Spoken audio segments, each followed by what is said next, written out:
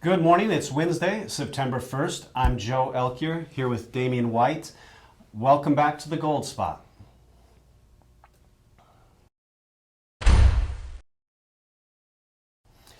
Damian, I want to talk a little bit about a kind of a reoccurring theme. Everybody's interested. The elephant in the room, inflation. More news coming out this week from the White House, more stimulus, all this money. Can you give us a little bit of insight as what you're seeing and when this inflation time bomb could explode? Yeah, absolutely. Good morning, Joe. You're right. This inflation story does seem to be a reoccurring theme. It's been going on for months now. The estimates have always been, whether it's Wall Street, whether it's the Federal Reserve, or in this case, the White House, are now coming out with their own numbers. They're always going to be significantly lower than the actual numbers we're seeing come out of the economic data that hits every single month. Now, it may not be a surprise to anybody that the White House numbers are wrong. They're certainly wrong on a lot of other things as we're getting longer into this administration. However, the month of August, the numbers came out at 6.8% inflation, which is an extraordinary number just for the month. That was twice the number that the White House anticipated.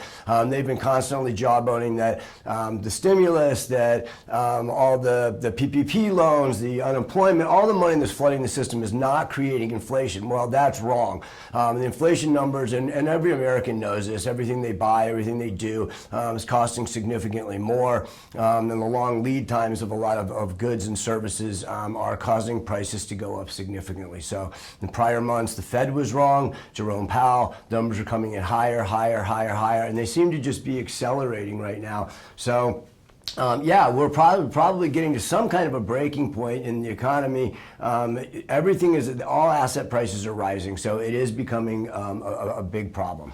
The reopening boom is kind of withdrawing now, and we're starting to see that aspect, and we're seeing rising inflation, kind of presenting what could be stagflation. Can you expand on that a little bit? Yeah, well, that's absolutely true. I mean, when you do the reopen, this is an unprecedented amount of growth. We've never shut down the world before. So when everything reopens, everybody's restocking inventories, everybody's coming out and buying goods.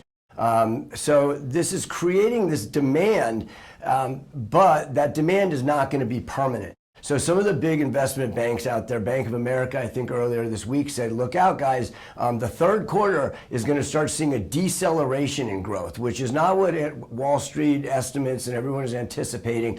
Everyone's using this benchmark over the summer where we've had growth numbers that are off the charts, never before seen in one single quarter. And now they're using that as a level to continue on, which is going to be a benchmark that's going to be very difficult to meet for corporations or anybody going forward. So as we start to see this deceleration in growth and an increase in inflation, we're coming into a stagflationary environment, which is really the worst of both worlds.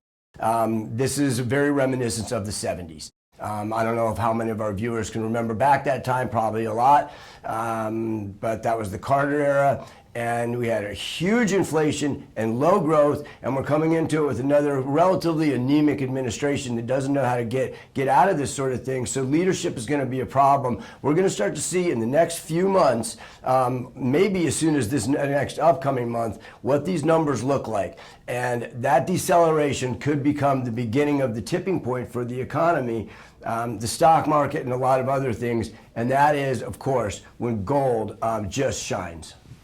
Diversification is key. We're here to help you protect your assets. Go to sbcgold.com, request information, give us a call. We'll see you next week again on the Gold Spot. Thanks for stopping by.